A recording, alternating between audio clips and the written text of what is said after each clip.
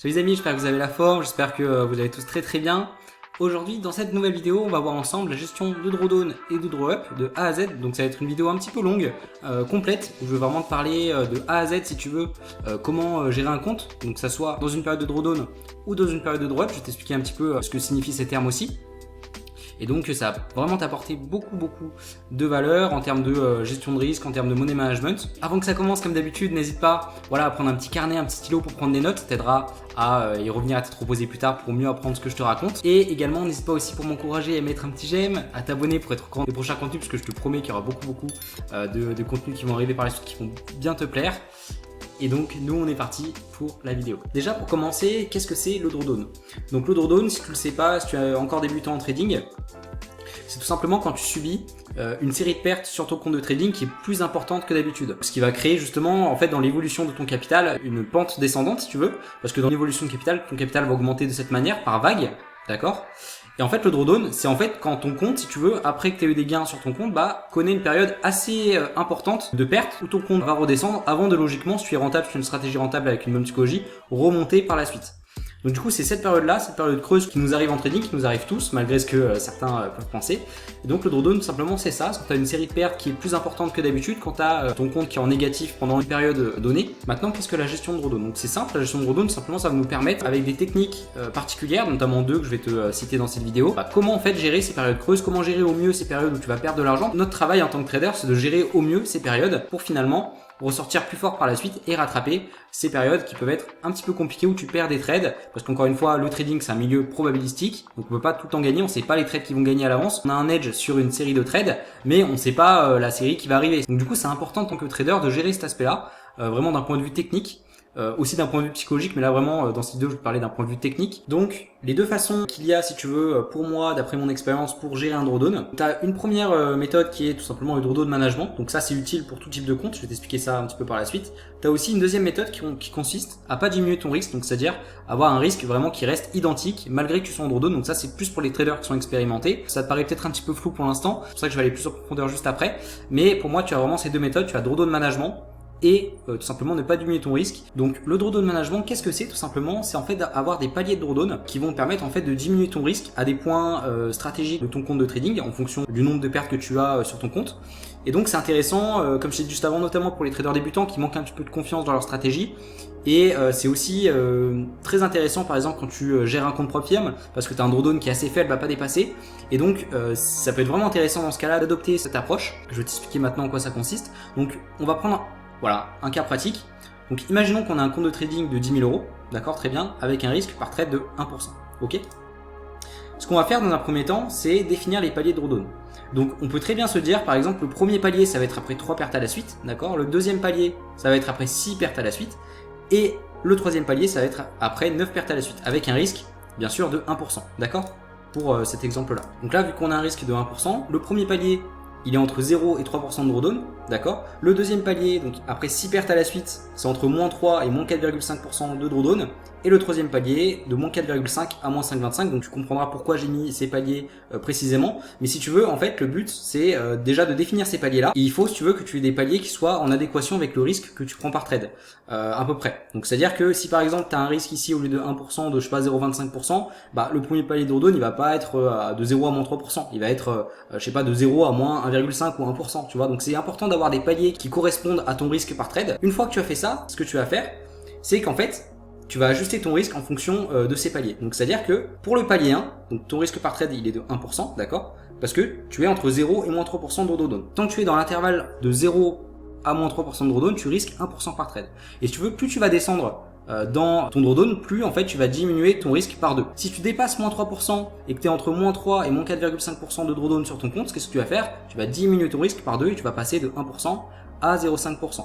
D'accord? Ensuite, si tu continues de perdre, encore une fois, 3 pertes à la suite, donc avec 0,5% de risque, tu vas être entre moins 4,5% et moins 5,25% de drawdown. Donc là, on va atterrir au palier 3. Et donc quand tu atterris au palier 3, pareil, tu vas diminuer ton risque par 2 en passant de 0,5% à 0,25. Et on peut mettre pourquoi pas un dernier palier, palier 4, où tu as plus de 5,25% de drawdown, d'accord. Donc dans ce cas-là, tu peux encore diminuer ton risque par 2 à 0,125% par trade. Donc en fait, plus tu vas accumuler des pertes sur ton compte de trading, plus en fait tu vas diminuer ton risque pour en fait lisser ta courbe à la baisse et en fait avoir une courbe si tu veux où tu vas perdre comme ça, si tu veux, je vais te montrer après, mais tu vas commencer par perdre, d'accord, et plus tu vas perdre, plus ta courbe en fait elle va se lisser comme ça, tu vois, comme ceci à peu près, d'accord. Ce qui va en fait t'éviter, malgré que tu aies, je sais pas, 20-30 trades d'affilée perdants, on sait jamais ce qui peut arriver, par exemple si tu as une stratégie avec des gros ratios notamment, et bah avec cette façon de faire, tu vas vraiment diminuer de façon très importante ton drawdown par contre, parce que si imaginons, je sais pas, demain,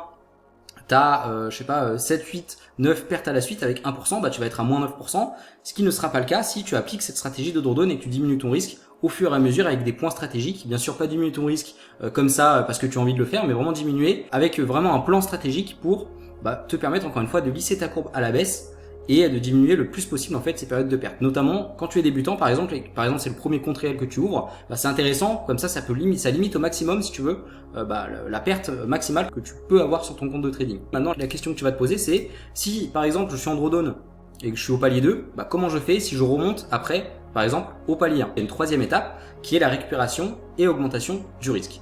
Donc tout simplement, imaginons que durant une période à un moment donné tu subis un drawdown important et que tu arrives même au palier 4, donc tu as 5,25% de drawdown, ce qui est à peu près avec, si tu démarres avec un risque de 1% et que tu divises par 2 à chaque fois que tu perds 3 trades à la suite, et ça fait 3, 6, 9, 12 trades à la suite à peu près, tu vois, 12 trades à la suite qui est un drawdown assez conséquent, à ce moment-là, du coup, tu es au palier 4. Mais si par la suite, ta stratégie, c'est une stratégie rentable, que tu as fait du backtesting, ce que je vous conseille tous de faire pour vraiment connaître les datas derrière votre stratégie, et naturellement, si ta stratégie, encore une fois, elle est rentable, tu vas regagner des trades, d'accord? Tu ne peux pas faire que perdre, d'accord?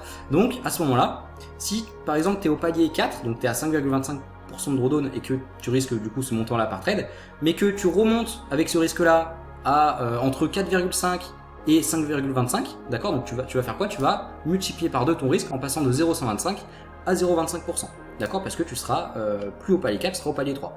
Et ainsi de suite, donc tu vas risquer 0,25% de ton compte quand tu es dans ce palier-là. Si, imaginons, tu continues de gagner et que tu repasses dans cet intervalle-là, donc entre moins 3 et moins 4,5%, pareil, tu remultiplies ton risque par 2.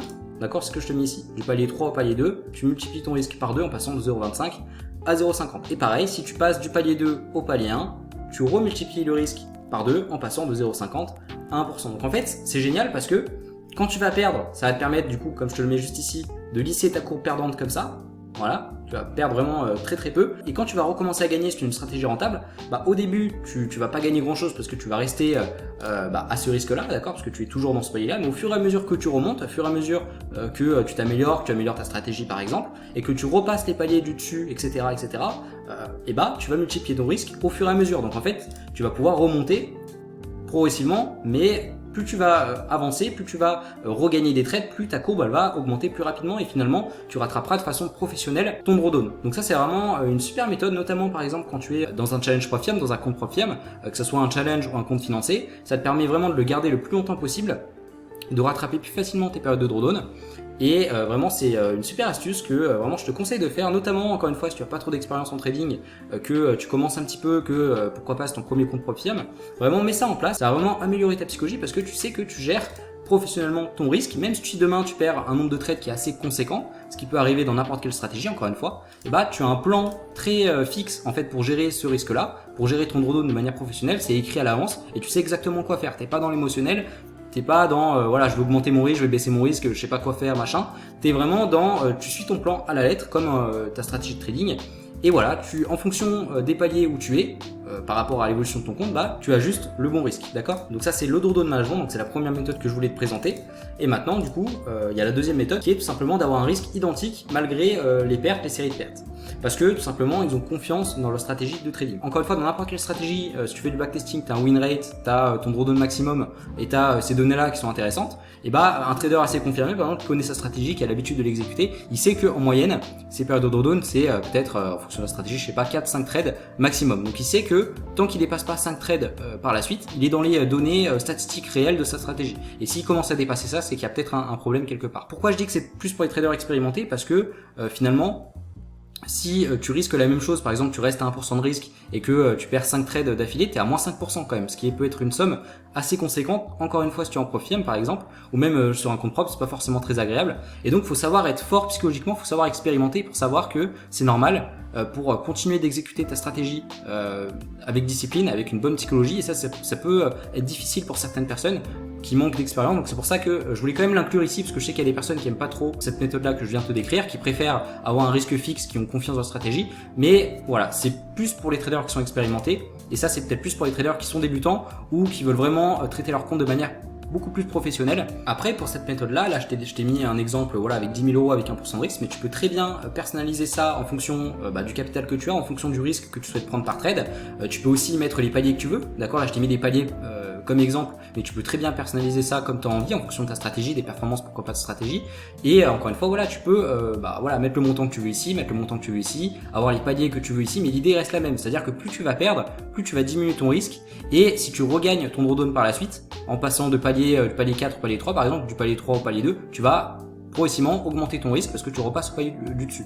Donc tu vas remonter progressivement mais sûrement ton capital de la bonne manière. Donc ça c'était vraiment la gestion de drawdown. Je t'ai dit de manière complète tout ce que je connaissais à ce sujet. Donc maintenant il est temps que je t'explique la gestion de draw-up, ce qui est l'opposé du coup de la gestion de drawdown. Donc pour commencer, comme tout à l'heure, qu'est-ce que le draw-up? Donc le draw-up simplement c'est les périodes en fait où tu vas accumuler des gains sur ton compte qui peuvent être plus ou moins conséquents. Un compte de trading ça évolue sous forme de vague parce que tu gagnes, tu perds. Et le draw-up c'est les moments où tu vas accumuler beaucoup de gains sur ton compte, où tu vas évoluer ton capital à la hausse.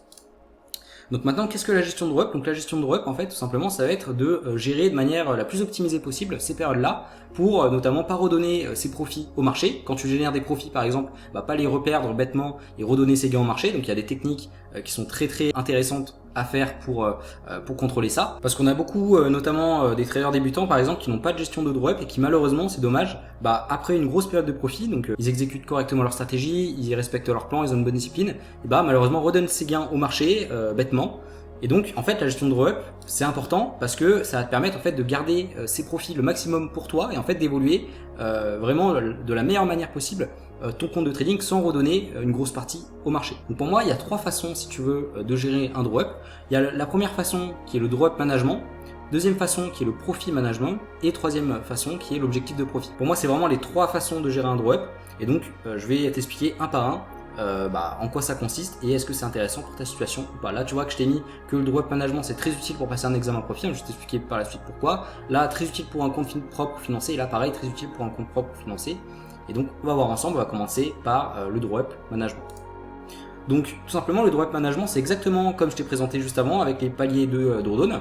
Donc là c'est les paliers de draw-up, donc je vais pas non plus m'éterniser là-dessus parce que c'est exactement la même chose mais d'une façon opposée avec les gains. Donc on va reprendre un cas pratique, toujours le même, avec 10 000 € avec 1% de risque par exemple. Donc la gestion de draw-up, c'est tout simplement de dire, déjà de définir des paliers, donc définir les paliers de draw-up, la première étape. Donc le palier 1, on va prendre le même exemple, entre 0 et 3% de draw-up, après 3, 6% et palier 3, plus de 6%. Donc déjà la première chose c'est encore une fois de définir des paliers de draw-up qui concordent avec ton risque par trade. Donc ça c'est la première chose. Une fois que tu as fait ça, c'est tout simplement d'ajuster le risque en fonction de ces paliers. Donc simplement le palier 1, donc le 0 à 3% de draw-up, tu as un risque, imaginons, de 1%. Donc c'est-à-dire que si tu es entre 0 et 3% de ton compte de trading, tu risques 1%. Maintenant, si tu dépasses ce palier-là et que tu es maintenant entre 3 et 6%, qu'est-ce que tu vas faire? Tu vas augmenter ton risque à 1,5% parce que tu es dans ce palier-là et tu as des profits qui sont accumulés sur ton compte. Donc tu peux te permettre d'augmenter un peu plus ton risque, d'accord? Si tu continues comme ça et si tu continues d'accumuler des profits sur ton compte, qu'est-ce que tu vas faire? Tu vas arriver au palier 3 où tu vas être à plus de 6% en fait de draw-up sur ton compte. Donc à ce moment-là, tu peux éventuellement risquer 2% par trade parce que tu es dans une bonne période, tu es dans une période où ta stratégie fonctionne bien et donc tu peux augmenter ton risque intelligemment. Je te dis pas de tout de suite risquer par exemple 10%, ça c'est des conneries, mais vraiment d'avoir encore une fois des paliers en fait, une approche stratégique pour te permettre en fait quand tu sais que ta stratégie marche bien, d'augmenter un petit peu ton risque. Donc l'idée c'est pas d'augmenter encore une fois comme je suis juste avant d'énormément, mais d'augmenter un petit peu ton risque au fur et à mesure parce que tu as des gains sur ton compte et donc tu as un petit peu un matelas de sécurité si tu veux. D'accord? Donc c'est vraiment ça ce principe là. Et donc ça va te permettre en fait d'augmenter. À l'inverse, quand je te parlais de la gestion de drawdown avec les paliers, donc de diminuer tes pertes comme ça, et là c'est l'inverse. Tu vas commencer à gagner un petit peu et au fur et à mesure que tu augmentes dans tes paliers de draw-up, tu vas augmenter ton risque, donc ça va faire quelque chose comme ça. Tu vas avoir des gains qui sont exponentiels. D'accord? Comme ça. Maintenant, la quatrième étape, c'est bien sûr la réduction du risque en cas de perte après un drop. Parce que, comme je l'ai dit juste avant, et tu le sais très bien, on peut pas que gagner sur un compte, sinon ça serait génial, et le trading, voilà, ça fonctionnerait pas, parce que la bourse, on peut pas avoir que des gagnants.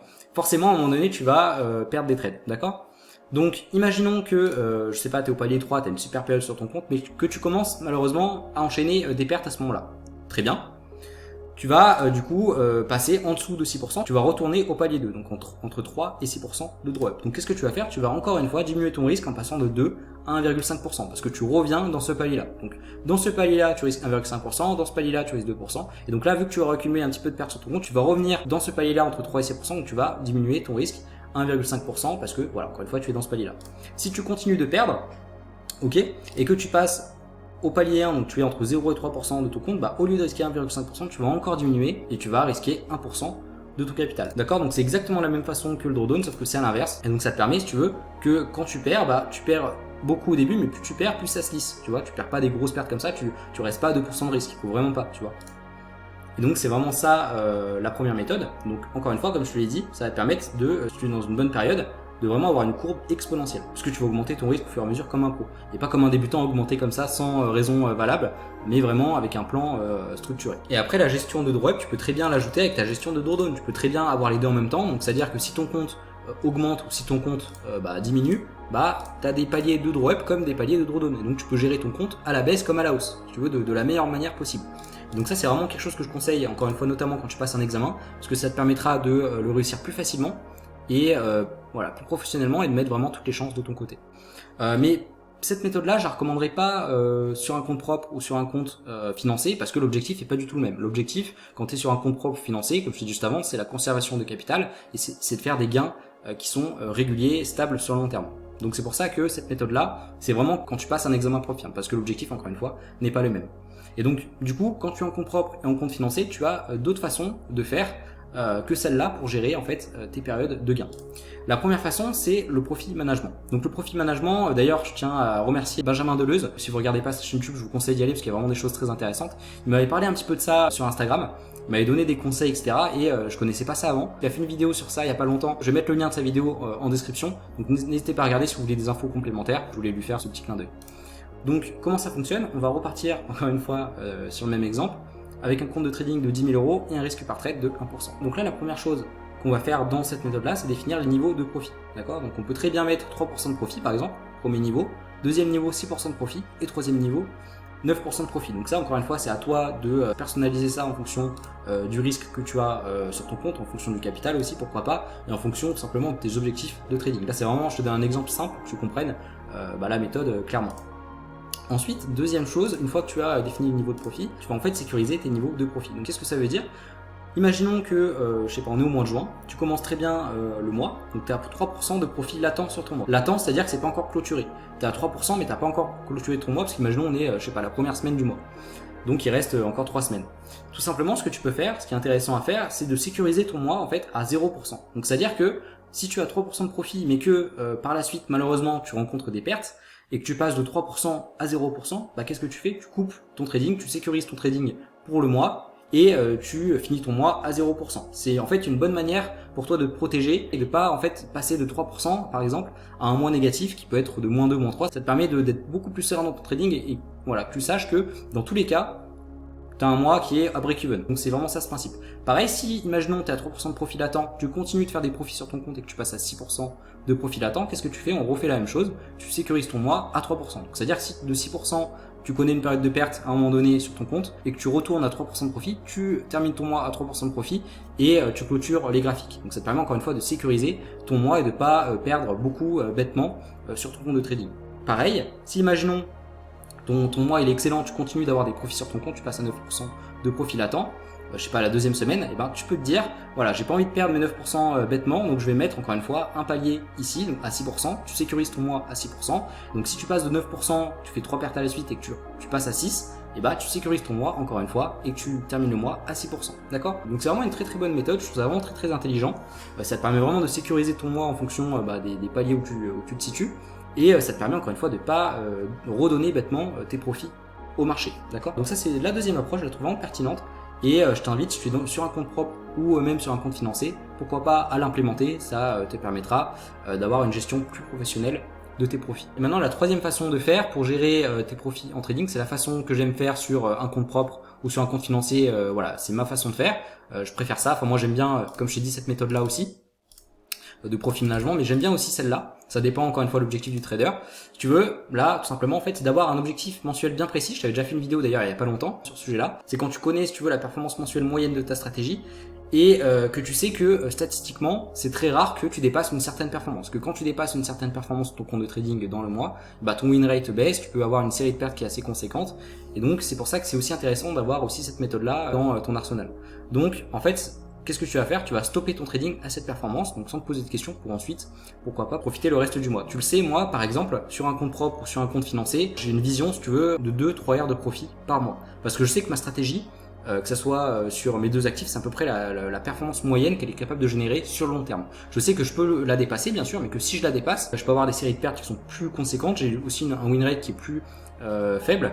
Et personnellement, quand je gère un compte propre, un compte financier, le but c'est pas la performance, le but c'est la conservation de capital, c'est d'avoir des profits qui sont réguliers, voilà, sans stress et que je peux répéter sur le long terme. Donc dans ce cas-là, moi j'aime bien, si tu veux, avoir un objectif mensuel en tête par rapport à ma stratégie bien sûr, et me dire que voilà, je trade normalement, je me mets pas la pression, et que si j'arrive à cet objectif-là que j'ai en tête, donc moi pour ma part entre 2 et 3 heures de profit, bah je stoppe mon mois. Voilà, ça peut être la première semaine, ça peut être la deuxième semaine, ça peut être la troisième semaine. Je stoppe mon mois, je coupe les écrans. Et voilà, je profite de mon mois, je fais autre chose, je souffle aussi, parce qu'encore une fois, le trading, vous le savez, c'est comme une activité qui est stressante. Et donc ça vous permet voilà, d'être moins devant l'écran, d'être plus relâché aussi sur le long terme. Visez vraiment la régularité, de pas, voilà, si vous voulez vous mettre la pression, de vraiment, après atteindre votre objectif qui est très réalisable, vous levez le pied, vous faites autre chose. Vous, pourquoi pas continuer de travailler à côté, vous faites du backtesting, vous faites autre chose. Mais voilà, ça vous permet d'avoir une approche beaucoup plus, si vous voulez, stable, on va dire, et beaucoup plus agréable psychologiquement pour ma part. Donc moi, c'est vrai que j'aime bien cette méthode-là. Mais après, c'est vrai que le profit management, c'est très bien aussi, notamment pour les traders, par exemple, une stratégie assez performante qui peuvent générer quand même pas mal de pourcentage par mois et qui veulent sécuriser leur pourcentage à un niveau précis. Mais après, tu peux très bien utiliser cette méthode-là aussi, où en fait, tu as une performance mensuelle en tête, par exemple. Tu sais que ta stratégie, bah, globalement, c'est à peu près sa performance moyenne. Bah, tu peux très bien stopper ton trading à ce montant-là et voilà, souffler, faire autre chose. Et encore une fois, je te le rappelle, mais si ta stratégie elle fait 2-3 heures de profit par mois et que tu risques, je sais pas, 0,5 ou 1%, bah, c'est une très très bonne performance sur le long terme. Tu fais peut-être du 18, 20, 22% à l'année, ce qui est très très bien. T'as pas besoin de plus, crois-moi, pour très bien gagner ta vie. Et voilà, donc ça c'est encore une fois une très bonne méthode pour gérer un compte propre ou un compte financier, puisque l'objectif c'est encore une fois la conservation de capital, prendre des risques qui sont faibles, avoir la plus faible exposition possible sur les marchés. Et donc, pour récapituler, vraiment si tu passes un examen prof-firme où l'objectif c'est de faire de la performance, bah, je te conseille de mettre en place un système de drop management comme drawdown management comme je t'expliquais juste avant, qui va te permettre d'augmenter ton risque au fur et à mesure en fonction des paliers de drop, et donc ça te permet en fait de passer plus rapidement sans forcément voilà, prendre des risques qui sont inconsidérés. Et la deuxième et la troisième façon de faire, c'est plus quand voilà, tu es en compte propre ou quand tu as un compte financier qui est important et que tu veux sécuriser tes profits, que tu souhaites vraiment viser la régularité, la stabilité et voilà, ne pas viser les étoiles si tu veux te contenter de 1, 2%, 3%, ce qui est déjà génial, crois-moi, sur un gros compte. Et voilà, de souffler, de voilà, te détacher des écrans, de faire autre chose, encore une fois. Et donc c'est vraiment ce que je conseillerais, donc les 3 manières de faire. Donc ça dépend le type de compte que tu as, ça dépend ce que tu souhaites faire sur les marchés. Mais voilà, en tout cas c'est vraiment les 3 choses, je pense, qui pourront te servir à gérer tes comptes en fonction de tes objectifs. Donc on arrive à la fin, vraiment j'étais très très content de te la faire, c'est une vidéo je pense qui t'a apporté beaucoup de valeur. N'hésite pas encore une fois à mettre un petit j'aime, à t'abonner si ça t'a plu, vraiment ça m'a fait trop plaisir de te la présenter. Je pense que vraiment j'ai abordé tous les points en détail, je pense que j'ai vraiment été assez précis, assez clair. Encore une fois, après si vous avez des questions ou des suggestions, peu importe, n'hésite pas à mettre un petit commentaire, je me ferai un grand plaisir d'y répondre et pourquoi pas de vous apporter certaines précisions que vous n'avez pas compris à travers cette vidéo. Donc n'hésitez pas, ce sera avec grand plaisir, vous savez que je réponds à tous les commentaires.